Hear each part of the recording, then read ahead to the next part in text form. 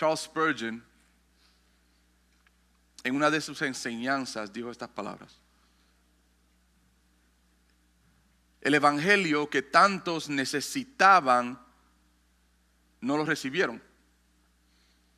Los milagros que Jesús no siempre decidía hacer, ansiosamente los demandaban. Es triste que vivimos en tiempos, así como en los tiempos de Jesús, donde todavía se busca y se anhela más experiencias, señales, prodigios, milagros, más que el evangelio y más que la verdad. Es increíble que hemos llegado al punto, hermanos, donde existen muchos lugares y muchas iglesias donde hay escuelas para lo sobrenatural. Tengo varios ejemplos que quiero compartir con ustedes. Hay una iglesia en la ciudad de Miami con un apóstol, para mí es un falso maestro, que en esta iglesia, en este lugar, tienen un lugar llamado Universidad de Ministerio Sobrenatural. En su página web usted puede ir. Dice: ofrecen programas académicos, certificaciones, experiencia inmersiva sobrenatural. En una de sus secciones, en su página web, ellos explican qué es esa experiencia inmersiva sobrenatural. Dice: ¿en qué consiste la experiencia inmersiva sobrenatural? El liderazgo principal del Ministerio Internacional del Rey Jesús y de USM entrenará, y mire esto, y activará a los pasantes en áreas tales como oración e intercesión, liberación, alabanza y adoración, educación cristiana, evangelismo sobrenatural. No sabía que había otro tipo de evangelismo, porque el evangelismo y el evangelio es sobrenatural en sí. La visión del Ministerio Internacional del Rey de Jesús: cómo operar sanidades, milagros, señales y maravillas. Y se otorgará, este es mi favorito, se otorgará un certificado de finalización al final de la capacitación. Un certificado de mi padre que dice que yo puedo hacer milagros. En otro lugar encontré un lugar que dan cursos electrónicos, e-courses, para aquellos que no quieran ir a la iglesia, quieren estudiar de la casa. Y esto es un curso en demonología y liberación. En la página web de ellos, esto es lo que dicen: hay claves para operar en la esfera sobrenatural. Hay claves milagrosas, claves proféticas, claves para entender y activar el mismo lenguaje que vimos en el otro lugar: la unción. Durante este curso de 6 horas, hermanos, en 6 horas usted puede recibir este curso. Compartiré claves prácticas, reveladoras y teológicas para el ministerio de milagro y cómo operar en la esfera sobrenatural. Esto es lugares cristianos. Muchos aquí conocemos la iglesia Bethel en California. Conocemos por su grupo de adoración y muchos los conocemos por la música. Bethel tiene lo que es conocido como la Escuela de Ministerio Sobrenatural Bethel. Si usted no sabía, esto está todo en su página web. Y mire esto es lo que dice: la instrucción académica en BSSM, que es el nombre de la escuela, es única porque es enseñada por apóstoles, profetas, evangelistas, pastores y maestros. Los estudiantes aprenderán a leer, entender y vivir la Biblia. Se escucha muy bien. Cómo practicar la presencia de Dios. Esto está en la página web de ellos. Testificar, sanar enfermos, profetizar, predicar, orar, echar fuera demonios y mucho más. En su página hay otra sección para líderes. Contiene una sección de artículos para capacitar líderes. ¿Ok? So le traje varios de los títulos de estos artículos. Obviamente no lo voy a repasar cada uno de ellos, pero creo que el título lo dice todo. Una de las grandes claves para crear un ambiente sobrenatural. Otro dice, 10 formas para ser activado en lo sobrenatural. Cómo guiar estudiantes en una sesión de sumersión. Soaking sessions. Creando una cultura profética floreciente. 7 claves para dirigir manifestaciones del Espíritu Santo. Esa clase, ese artículo definitivamente debemos leerlo. Y me encanta este es el último que tengo para usted. Hay muchos, pero solamente le traje a los. Dice, pastoreando personas con dones espirituales únicos. No hay tal cosa como dones espirituales únicos. En ese mismo artículo hay una frase, se lo voy a leer. Dice el artículo, el cristianismo debe ser por naturaleza místico. Porque esa es la naturaleza de Dios. This is on Bethel website. En uno de los talleres que vi, porque estoy cogiendo el curso, no estoy cogiendo el curso, estaba yo viendo. En uno de los talleres que trajo un líder, ¿okay? Y eso está todo disponible allí. Escuché usar una frase. Y el líder decía, esta es la frase, Dios entra en el salón. Añade este líder en ese taller de liderazgo. Y él dice, cuando Dios entra en el salón, este es el mejor día de mi vida. Lo que vemos, hermanos, es un énfasis en visitaciones y experiencias en reuniones. Que mucho interés hay hoy en día en esto, hermanos. Se ve por todo lugar. Y lo triste es que lo vemos en lugares como iglesias como estas y lo deseamos en nuestra propia casa. Hermanos, no se trata de experiencias. No se trata de visitaciones. Aquí en Emmanuel creemos una cosa, y es que el Espíritu Santo mora en nosotros. El Espíritu Santo mora en cada una de nuestras vidas. Primera de Corintios, capítulo 3, versículo 16. ¿No sabéis que sois templo de Dios? La palabra sois es muy importante. Tú eres templo, no te pareces un templo, dice él. Tú eres templo de Dios. Y mire, y dice, y que el Espíritu de Dios mora.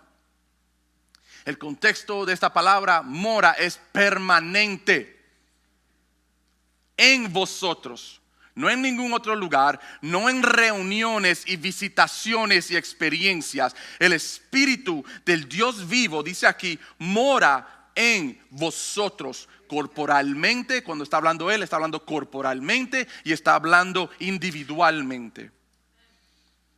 El Espíritu Santo mora en ti. No en ciertos ambientes, no en ciertos ambientes creados por hombre o creado por música o creado por emociones. No en ciertas experiencias o ciertas manifestaciones. El Espíritu Santo mora en ti. La pregunta que me hice es, ¿por qué entonces tantas personas buscan tales experiencias? ¿Por qué tantas personas, cristianos, buscan señales, buscan prodigios, manifestaciones, milagros, y la lista continúa? Yo creo que esa pregunta la podemos contestar claramente en los evangelios, en los tiempos de Jesús. Tengo 5. La razón número 1 es porque las personas necesitan confirmar la verdad de Dios. Buscan señales y prodigios porque tienen que confirmar la verdad de Dios. Mire, en el libro de Juan, capítulo 4, hay una enseñanza de Jesús. Tiene un encuentro con una mujer samaritana. Él comparte la verdad con ella. Esta mujer regresa a su pueblo y comparte con todos la experiencia y la verdad que le dijo Jesús. Mire lo que sucede en Samaria. Juan 4:41. ¿Qué sucede al final? Y creyeron muchos más. ¿Por qué? Por la palabra de él. Los de Samaria, los samaritanos, creyeron porque escucharon la palabra, escucharon la verdad. Después de Samaria, Jesús sale a Caná, en Galilea. Allá se encuentra con un oficial del rey que tiene un hijo que está enfermo y está por morirse. Este hombre viene corriendo donde Jesús le dice: tú tienes que venir a mi casa a orar por mi hijo, tienes que sanarlo. Y mire lo que Jesús dice a él, no solamente a él, sino al pueblo que está ahí en Galilea. Entonces Jesús le dijo: si no viereis señales y prodigios, ¿no qué? No creeréis.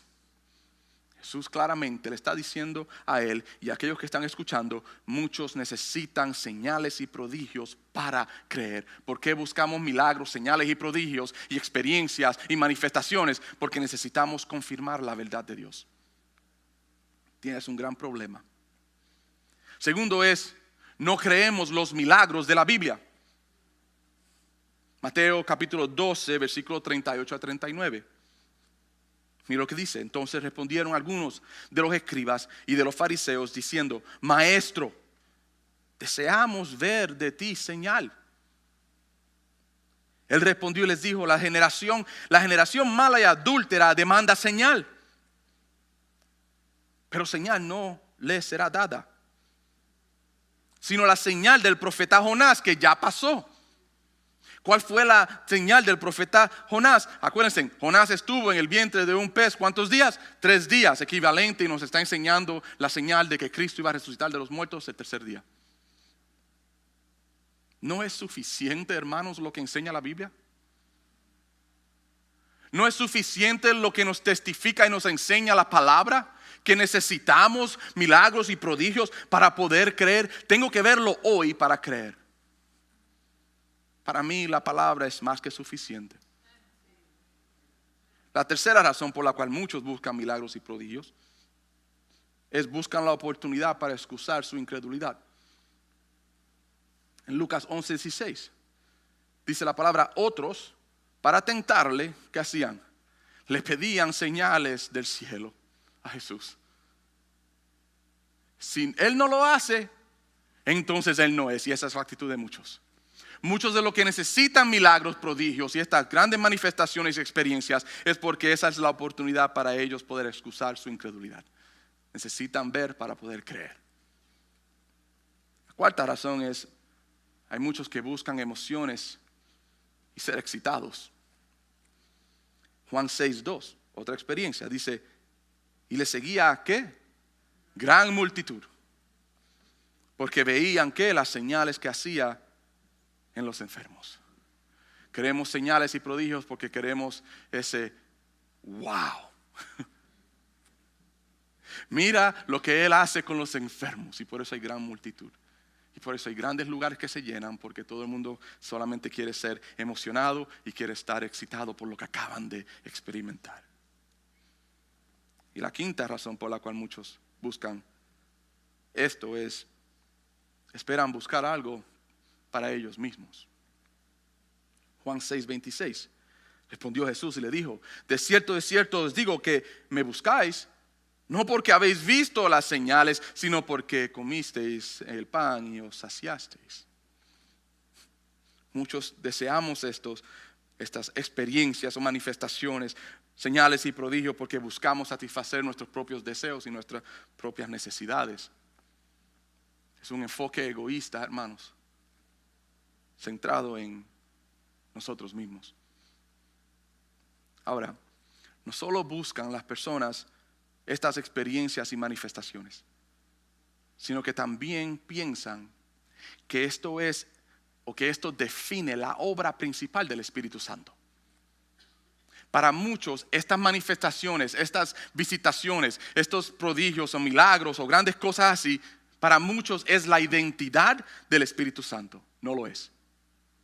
J.I. Packer lo pone de una manera que yo no puedo ni poderlo poner, por eso se lo pongo aquí para que usted lo escuche. El ministerio principal del Espíritu Santo no es emocionarnos. sino crear en nosotros el carácter de Cristo. Entonces, ¿por qué estoy hablando de todo esto? Porque hoy vamos a estar viendo nuestro cuarto pilar del modelo que hemos estado viendo. Una expectativa de lo sobrenatural. Una declaración de que seremos esa iglesia con una expectativa de lo sobrenatural. No definido por el hombre, no definido por la universidad de sobrenaturalismo. I don't know if that's a word, pero no definido por la tradición y por lo que las iglesias anteriores hacían, sino queremos una definición por la fuente de verdad, que es la palabra de Dios. Y yo creo que debemos comenzar explicando dos verdades bíblicas. ¿Okay? Le traigo mucho, espero que tenga un bolígrafo y si no escribió lo de antes, I don't know. Pídaselo que está al lado suyo. Pero creo que debemos comenzar con estas dos verdades bíblicas. Porque muchos han malinterpretado estas dos verdades. La verdad número uno es ¿qué es el bautismo del Espíritu Santo? Y la segunda verdad es ¿qué es la llenura del Espíritu Santo? Son dos cosas diferentes.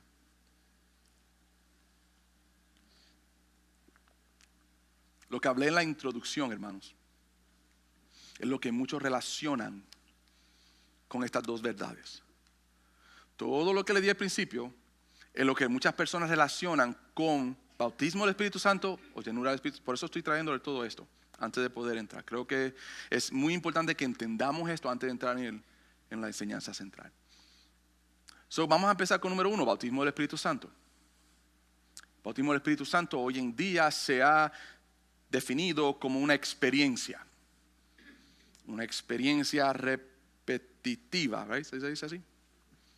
Una experiencia que se manifiesta en hablar en lenguas, que se manifiesta en caer al suelo, en moverse, en correr, en reírse, en visitaciones, en milagros, en profecías. Una experiencia que se define o se manifiesta en algo místico, en algo manipulado por un hombre que declara recíbelo, y en reuniones especiales, porque hoy tendremos un servicio de poder. John MacArthur en una de sus enseñanzas dijo: el bautismo del Espíritu Santo no tiene nada que ver con experiencias del creyente. Vamos a ver qué nos dice la Biblia. Romanos 8:9. Quiero comenzar por allí. Romanos 8:9 dice: mas vosotros no vivís según la carne, sino según el Espíritu. Si es que el Espíritu de Dios mora en vosotros. Y si alguno no tiene el Espíritu de Cristo, no es de Él. Otra vez vemos aquí lo que vimos en 1 Corintios 3:16. El Espíritu Santo mora en nosotros como individuos y como iglesia. La palabra o la frase el Espíritu mora significa habita, y en realidad lo que está hablando Pablo es como el concepto de ocupar una casa. Después dice él: si alguno no tiene el Espíritu de Cristo, no es de él. Te hago una pregunta: ¿el Espíritu viene y se va? Porque si es así, entonces cuando Él se va, Cristo no está. Entonces, ¿cómo puede ser una experiencia que se repite? Hermanos, tengamos mucho cuidado con las tonterías que se enseñan. Tengamos mucho cuidado con lo que se enseña en YouTube, con lo que se enseña en Facebook, con lo que se enseña en muchos otros lugares. Por eso les llevo de regreso al pilar número uno. Pilar número uno es que una hambre profunda por estudiar la palabra. Vamos entonces al comienzo de la iglesia. Hechos capítulo 1, versículo 5. Aquí hay una promesa. Dice: porque Juan ciertamente bautizó con agua, mas vosotros seréis bautizados con el Espíritu Santo dentro de no muchos días. La palabra que se usa aquí para bautizados es la palabra en griego baptizo. ¿Ok? Baptizo significa sumergir. Significa meter, coger algo y meterlo de lleno en otro lugar. Lo que Jesús está diciendo a sus discípulos es esto. Juan los bautizó en agua, Él los metió a ustedes, los colocó a ustedes en agua, mas yo los voy a tomar, los voy a colocar en el cuerpo de Cristo. ¿De dónde viene eso, pastor? Pablo añade un poquito más. El término de bautizar es tomar y colocar en un lugar. Y es exactamente lo que Jesús está diciéndole a ellos. Pablo expande un poquito más. Primera de Corintios 12:13. Bien claro lo pone Pablo. Porque por un solo espíritu, ¿qué?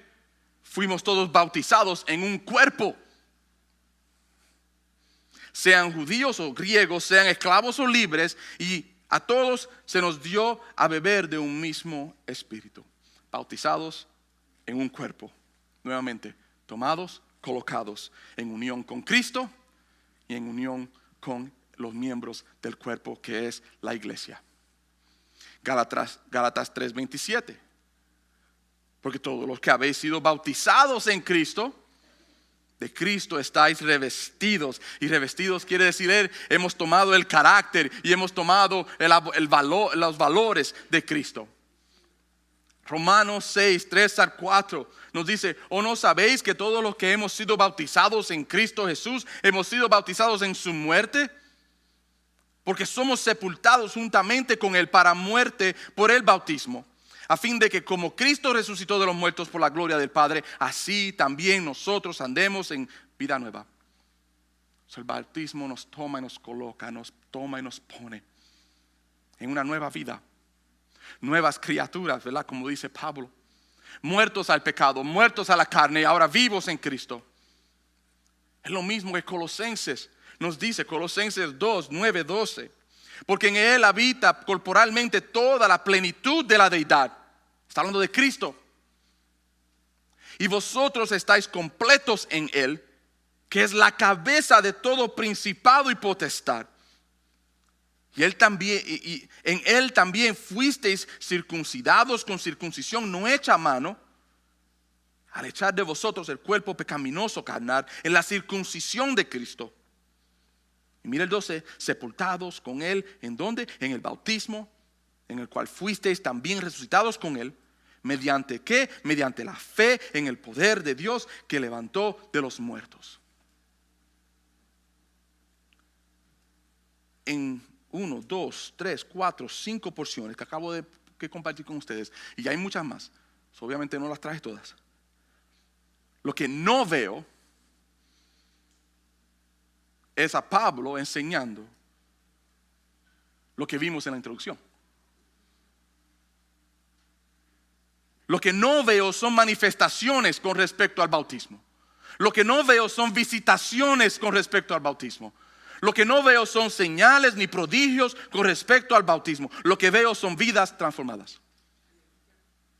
Lo que veo es una persona ser tomada, colocada en unión con Cristo y en unión con el cuerpo. Lo que veo, hermanos, que el bautismo del Espíritu Santo significa para nuestras vidas es de ir de muerte a vida. Es ser tomado y colocado en el cuerpo de Cristo, como dije anterior, en unión con Cristo y en unión con el cuerpo, la iglesia. Mira lo que Jesús declaró, acuérdense lo que dije, Hechos 1:5. Porque Juan ciertamente bautizó con agua, mas vosotros seréis bautizados con el Espíritu Santo dentro de no muchos días. Esto se hizo una realidad, usted sabe cuándo, en el próximo capítulo. Capítulo 2 del libro de Hechos, cuando tenga oportunidad, léalo todo. Pero solamente quiero tocar del 1 al 5.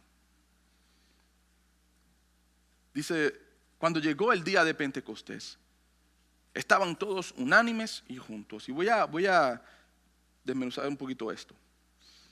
Dice, llegó el día de Pentecostés. Algo muy importante tenemos que entender, que esto sucedió en el tiempo determinado de Dios, no en el tiempo determinado del hombre. ¿Usted entiende lo que acabo de decirle? Piense en todas las tonterías que usted ha visto y ha escuchado.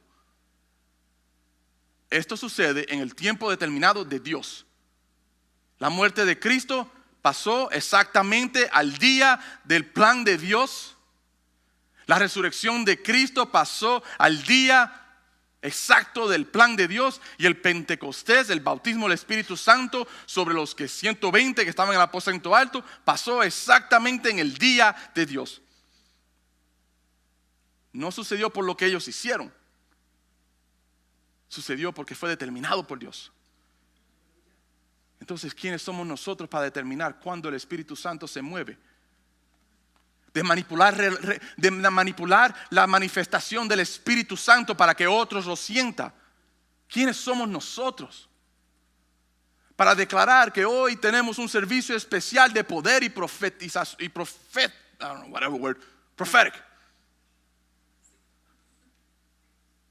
¿Quiénes somos nosotros para manipular y determinar? Cuando obviamente desde el principio de la iglesia el que ha determinado todo ha sido Dios, no el hombre. Tengamos mucho cuidado, hermanos. Versículo 2 dice, y de repente vino del cielo, y es muy importante, esa palabra, esa frase es muy importante. Vino del cielo, se cumple una promesa de que yo enviaré la promesa del Padre. ¿Se acuerdan eso? Eso está allí en la Biblia. Aquí es donde se cumple ese momento. Vino del cielo un estruendo. Quiero que marque una palabra en su vida, en su Biblia, como. La palabra como. No dice vino del cielo un viento recio que soplaba, sino que dice vino como de un viento recio que soplaba. La palabra como, que se parecía, la única manera que podían explicarlo el escritor del libro de Hechos. El cual llenó, ¿qué? Toda la casa donde estaban sentados. Donde estaban ellos, llenó ese lugar. Quiero dar un poquito de contexto. Cuando dice viento, está hablando del soplo de Dios. Hemos visto a través de la Biblia, simbolismo de viento muchas veces se ha usado para explicar que la persona del Espíritu Santo. El Espíritu Santo no es un viento, el Espíritu Santo es Dios. La tercera parte de la Trinidad. En este preciso momento, capítulo 2, versículo 2 del libro de Hechos, se cumple lo que vimos en Hechos 1:5. ¿Se acuerdan? Jesús le dice a ellos, ¿y seréis qué? Seréis bautizados. Vino del cielo. Tomados y colocados en unión con Cristo, unos con los otros, como vimos en el libro de Corintios, que Pablo nos explica. Ahora, versículo 3. Y se les aparecieron lenguas repartidas. ¿Cómo? No eran lenguas de fuego. Muchos dicen, la lengua de fuego. No. Se hubiesen quemado la cabeza. ¿Cómo de fuego? Marque esa palabra. Muy importante que usted lea la palabra correctamente. Asentándose sobre, marque esto, cada uno de ellos. Muy importante esa frase. Vimos en el versículo 2 que no solo vino sobre toda la casa, representando la congregación en la iglesia. Este es el comienzo de lo que estamos viendo aquí, el comienzo de la iglesia. Sino que vemos la evidencia, ¿okay? Estas lenguas repartidas como de fuego, asentándose sobre cada uno de ellos, es evidencia de que cada uno individualmente también recibió y fue bautizado. Eso no fue solamente corporalmente, sino que también cada uno de ellos, de todo lo que estaban allí presente, la evidencia estaba en este simbolismo, en lo que nos dice el versículo 3. Individualmente cada uno de ellos recibió y cada uno de ellos fue bautizado. Lo que llenó la casa se repartió entre todos ellos. Aquí no había uno mayor que el otro. Y es lo que nos está enseñando el libro de Hechos. Aquí no hay nadie mejor que nadie. Cada uno de nosotros, cada persona que declara a Cristo como su Señor y su Salvador, en ese momento es tomado y es colocado en el cuerpo de Cristo en unión con Él y es bautizado por el Espíritu Santo.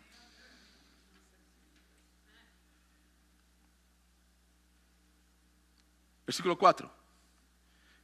Y, una palabra muy importante, fueron todos llenos del Espíritu Santo. Y comenzaron a hablar en otras lenguas, según el Espíritu les daba que hablasen.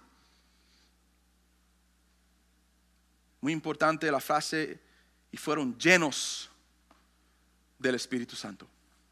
La palabra que no se usa es bautizados. Se usa la palabra en griego que significa llenos.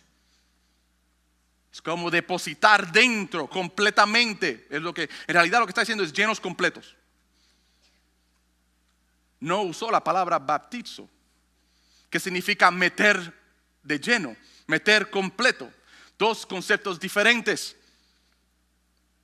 Y eso me trae a la segunda parte, que es ser llenos del Espíritu Santo. Ser llenos del Espíritu Santo trae resultados inmediatos. El resultado no es manifestación de lenguas, no es experiencias y no es visitaciones, sino que ser llenos del Espíritu Santo lleva un propósito, y es ir y hacer discípulos.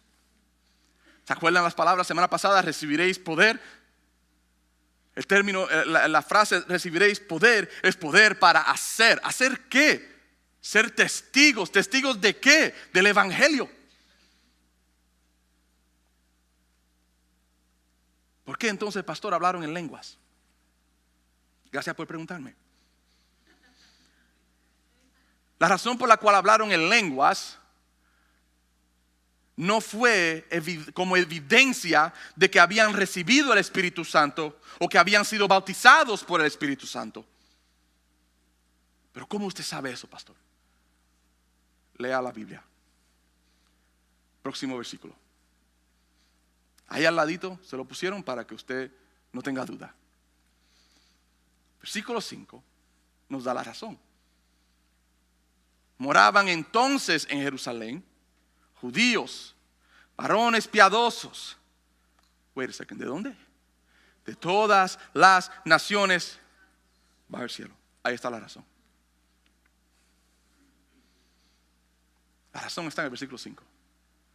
Lo interesante es esto, que nos encanta sacar la palabra de Dios fuera de contexto y solamente tomamos 1 o 2 versículos para dar una enseñanza o enseñar una doctrina o lo que sea. Si usted desea leer la palabra correctamente, léala en contexto. Algo que siempre comparto con todos. El versículo, usted quiere ver el contexto del versículo, lea el capítulo. Pero para poder entender el contexto del capítulo, tiene que leer el libro entero. Y entonces para poder entender el contexto del libro entero, tiene que leer la Biblia entera. Por eso necesitamos desde el libro de Génesis al libro de Apocalipsis. Pero algo tan simple como esto, lo hemos tomado en enseñanzas que ni son bíblicas. Mira lo que Pablo nos advierte a nosotros y advierte a la iglesia en Éfeso. Efesios 5:18, B significa la segunda parte del versículo. Antes bien, ¿qué dice? Sed llenos del Espíritu Santo. La palabra llenos nuevamente no significa bautizados, dos palabras diferentes. Llenos del Espíritu Santo. ¿Sabe lo que dice, lo que está diciendo él aquí? Se va a sonar un poquito raro, pero es la traducción original del griego. Es ser mantenido lleno. Es lo que dice él. Antes bien, sed llenos del Espíritu Santo. En otras palabras, ser mantenidos llenos del Espíritu Santo. Ser llenos del Espíritu Santo es rendirnos por completo al Espíritu Santo.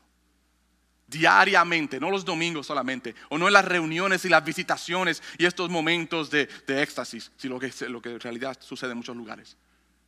Sino llenos significa bajo el control del Espíritu Santo con un simple propósito, y es para ser útiles para la honra y la gloria de Él. No la honra y la gloria de un hombre que se levante en un lugar, o una mujer que se levante en un lugar diciendo mi don es único. No hay tal cosa. Pero es lo que enseñan en estas universidades. Quiero que vayamos al libro de Hechos, capítulo 4, versículo 8. Esto es solamente mi introducción. Estamos aquí para largo tiempo. Hechos 4, 8. Lo que vamos a ver aquí es lo que sucede con una persona que es llena del Espíritu Santo. ¿Ok? Mira lo que sucede. Pedro hablando en el concilio. Entonces Pedro, lleno, la palabra lleno de nuevo, no dice bautizado, porque Pedro fue bautizado ¿cuándo? Capítulo 2, versículo 2 del libro de Hechos. Él estaba allí con los 120. Donde cayó vino del cielo, donde fue tomado, colocado en unión con Cristo a través del Espíritu Santo. Es decir, pero dice, en este entonces dice, lleno del Espíritu Santo, les dijo gobernantes del pueblo y ancianos de Israel. Mi pregunta para ustedes fue entonces, ¿se repitió nuevamente el bautismo de Pedro aquí? No, porque si fuese así se usará la palabra bautizo, pero se usa la palabra diferente que es lleno. Creo que más adelante, en el capítulo 4, versículos 31 al 32, nos da un poquito más también de claridad a esto. Cuando hubieron orado, ahora está hablando de la iglesia, dice, Pedro va, lo cogen preso, lo detienen, viene delante del concilio, lo dejan ir, regresa a la iglesia y la iglesia comienza a orar para que no para que no los que los libren, sino que les dé la palabra, el valor para llevar el evangelio. Es lo que están orando ellos. No estaban orando para milagros y señales, estaban orando es para valor para llevar el evangelio, porque la diferencia es la primera iglesia entendía su propósito. La iglesia de hoy no entiende ni conoce el propósito. Mire lo que dicen ellos. Cuando hubieron orado, el lugar en que estaban congregados tembló. Y todos fueron llenos del Espíritu Santo. ¿Fueron bautizados de nuevo? No, porque la palabra que se usa es totalmente diferente. Fueron llenos del Espíritu Santo. ¿Y qué sucede? Llenos del Espíritu Santo da resultados inmediatos. Y hablaban con denuedo la palabra de Dios. Y la multitud de los que habían creído era de un corazón y un alma. Y ninguno decía ser suyo propio nada de lo que poseía, sino que tenían todas las cosas en común. Una imagen clara de lo que es ser lleno del Espíritu Santo. Somos bautizados. Le voy a dar un resumen. Número 1, todo creyente es bautizado por el Espíritu Santo el momento que compromete su vida y reconoce a Cristo como Señor y Salvador. Hay un arrepentimiento genuino de su pecado. Viene contrito y humillado. Su pecado le duele y viene humillado reconociendo que solo Cristo puede salvarlo. En ese momento, el libro de Corintios nos dice, somos bautizados en un cuerpo. Somos recibidos, somos colocados, somos tomados. Ese es el bautismo del Espíritu Santo. No es algo que se repite. Esto es lo que sucede en el momento que entregamos nuestras vidas a Él. Segundo está ser llenos del Espíritu Santo. Debemos anhelar y buscar vidas llenas del Espíritu Santo, así como Pablo nos dice en el libro de Efesios. Vidas rendidas diariamente al Espíritu, dispuestos a ser útiles para una sola cosa. Lo que hablamos la semana pasada. Ser testigos del evangelio. That's it. Pero pastor, ¿qué tal de los milagros y todas esas cosas? Doesn't matter. ¿Qué es más importante? Mientras estudiaba, me vino esto a la mente, lo escribí, quiero compartirlo con ustedes. Hay algo que señales y prodigios no son. No son permanentes. Lázaro murió. Jesús lo resucita. ¿Lázaro todavía está vivo hoy? ¿Alguien ha visto a Lázaro? No, porque Lázaro murió de nuevo. El mar rojo fue abierto, se cerró. ¿Alguien ha ido al mar rojo y todavía está allí abierto? Cuando Jesús multiplica los panes y los peces, la canasta todavía no está allí multiplicándose.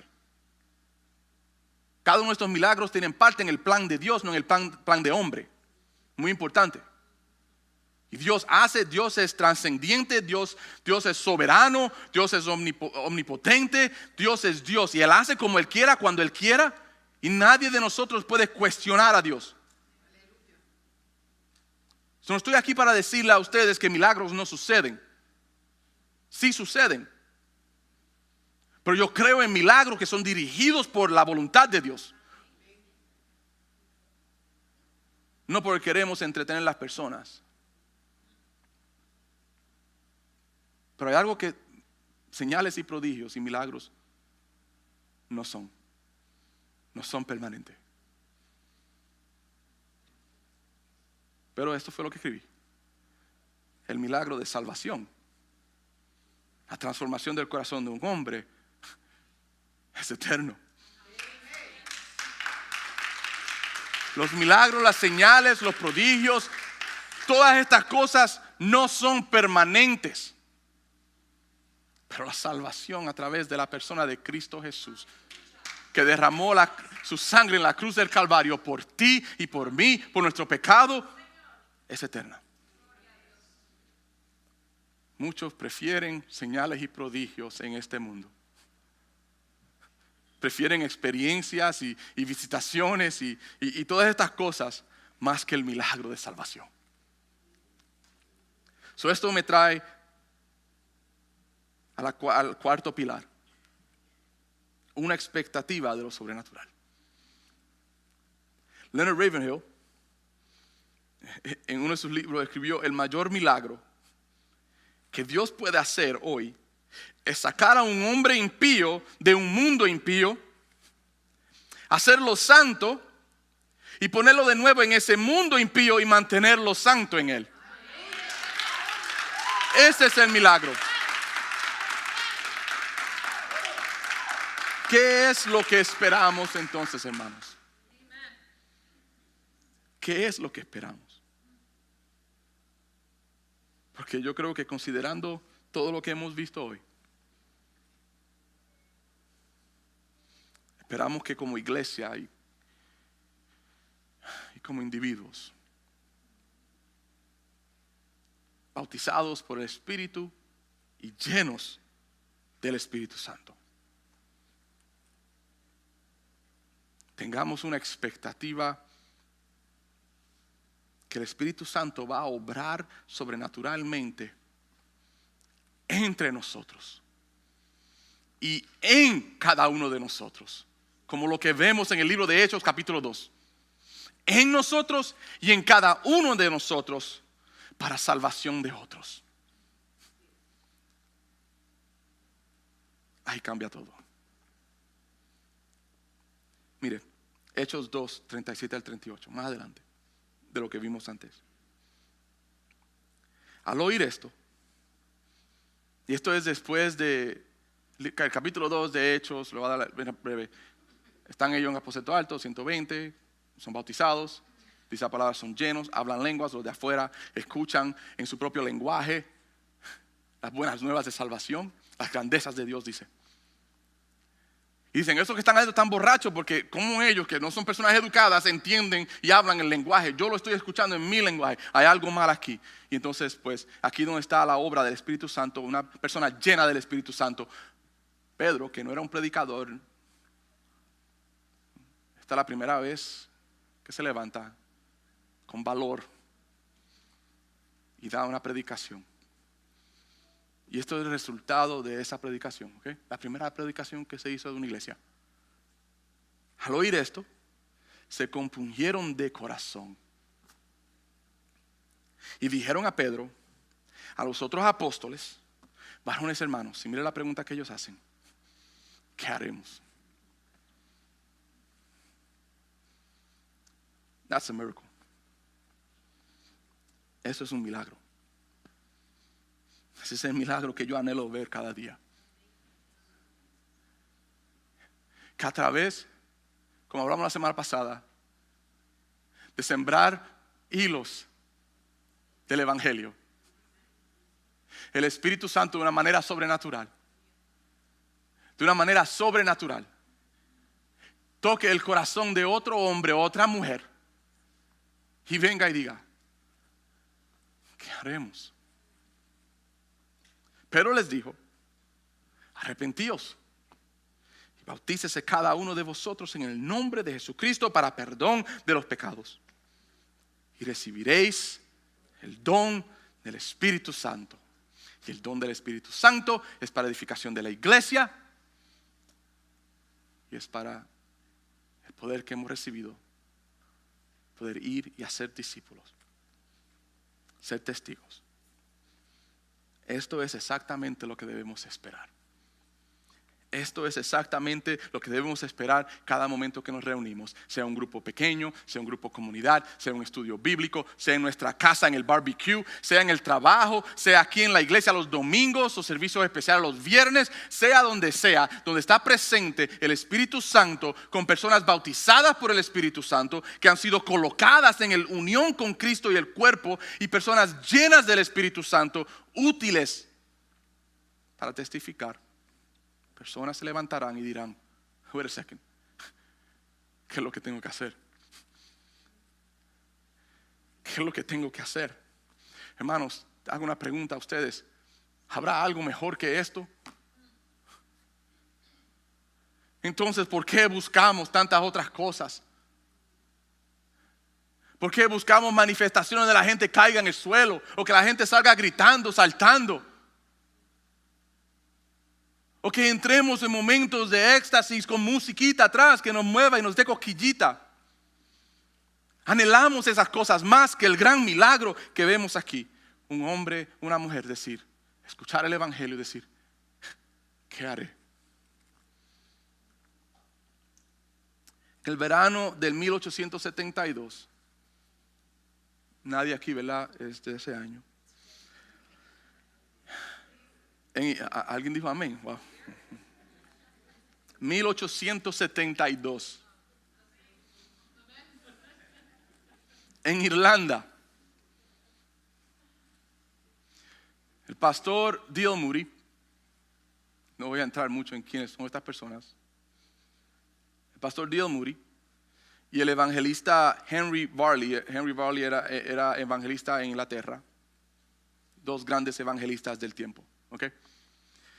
Estaban ellos reunidos en Irlanda y estaban sentados compartiendo, charlando, compartiendo acerca de ideas y compartiendo simplemente sus ministerios. Y